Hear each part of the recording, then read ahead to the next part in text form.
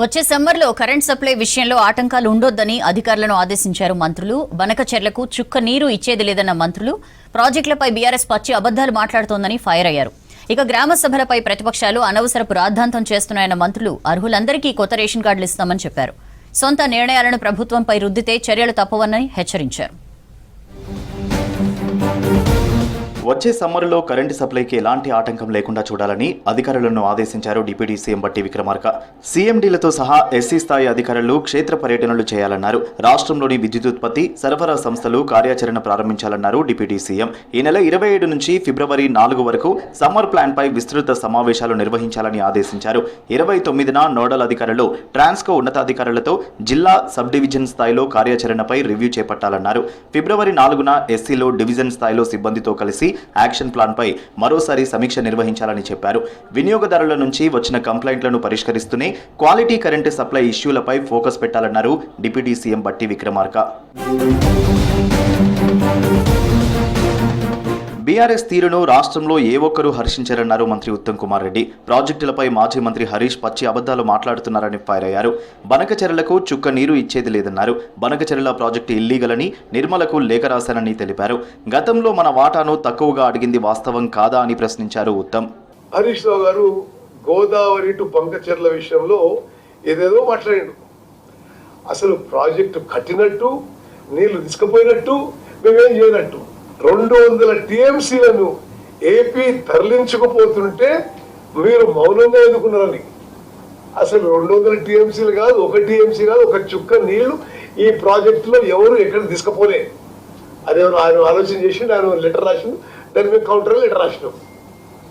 So ఈరోజు ఆయన చెప్పిన విషయాలు పూర్తిగా అవాస్తవాలు, పూర్తిగా అబద్ధాలు. కష్టాలు ఎదురైనా కాంగ్రెస్ ప్రభుత్వం ప్రజా సంక్షేమమే లక్ష్యంగా పనిచేస్తుందన్నారు మంత్రి పొంగులేటి శ్రీనివాసరెడ్డి.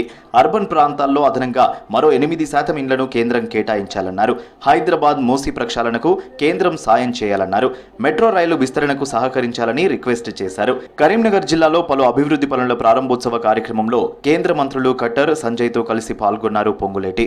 మూసీ చాలా భయంకరమైన పరిస్థితిలో ప్రవహిస్తున్నమాట వాస్తవం. దాన్ని ప్రక్షాళన చేయటానికి మూసీ పరివాహక ప్రాంతంలో ఎవరైతే లక్షలాది మంది ప్రజలు నివసిస్తున్నారో వారి జీవితంలో కొత్త జీవితాన్ని ఇయటానికి రాష్ట్ర ప్రభుత్వం ముందుకొచ్చింది. తప్పకుండా కేంద్ర మంత్రివర్యులు కూడా మూసీ పరివాహక ప్రాంతాన్ని ప్రక్షాళన చేసిన దాంట్లో వారి సపోర్ట్ పూర్తిగా ఇవ్వాలని మనస్ఫూర్తిగా కోరుకుంటున్నాను. గ్రామ సభలపై ప్రతిపక్షాలు అనవసరపు రాద్ధాంతం చేస్తున్నాయన్నారు మంత్రి పొన్నం ప్రభాకర్. పథకాల కోసం దరఖాస్తుల ప్రక్రియ నిరంతరంగా కొనసాగుతుందన్నారు. గత 10 ఏళ్లలో బీఆర్ఎస్ ఏ ఒక్క పేదోడికి ఇల్లు కట్టించలేదన్నారు. ప్రజలను తప్పుదోవ పట్టించేందుకే బీఆర్ఎస్ నేతలు గ్రామ, వార్డు సభల్లో గొడవలు సృష్టిస్తున్నారని మండిపడ్డారు మంత్రి పొన్నం. రాజకీయం చేయాలనుకున్నాడు, ఎప్పుడు రాజకీయం చేస్తాడు. 10 సంవత్సరాల రేషన్ కార్డులు ఇవ్వలేదు, డబుల్ బెడ్రూమ్ల పేరు మీద ఇల్లు కట్టలే, దాని తర్వాత ఉపాధి భూమి లేని హామీ వాళ్ళకి ఏమి ఇవ్వలే.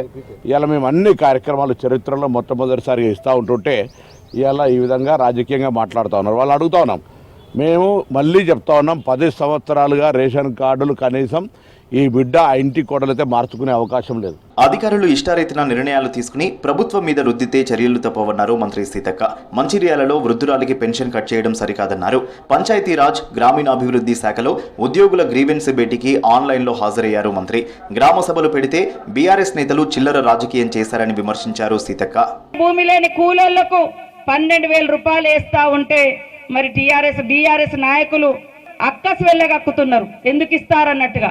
పాప రోజు కూలిపోయి బతికటోళ్లకు రూపాయి ఇయ్యలేదు. అది మేము ఇస్తా ఉంటే ఇప్పుడు అడ్డుకోవడం, సభలు గొడవలు పెట్టియడం. మేము ముందే చెప్పినాం, మీకు రేషన్ కార్డు 10 ఏళ్ల నుంచి రాలే, వాళ్ళు ఇయ్యలేదు, మేము ఇస్తామని మీటింగులు పెడితే లొల్లి. ములుగు జిల్లాలోని మేడారం వనదేవతలను దర్శించుకున్నారు మంత్రులు సీతక్క, కొండా సురేఖ. సమ్మక్క సారలమ్మకు ప్రత్యేక పూజలు చేశారు మంత్రులు. వచ్చే నెల 11 నుంచి 15 వరకు జరగనున్న మేడారం మినీ జాతరపై అధికారులతో రివ్యూ చేశారు.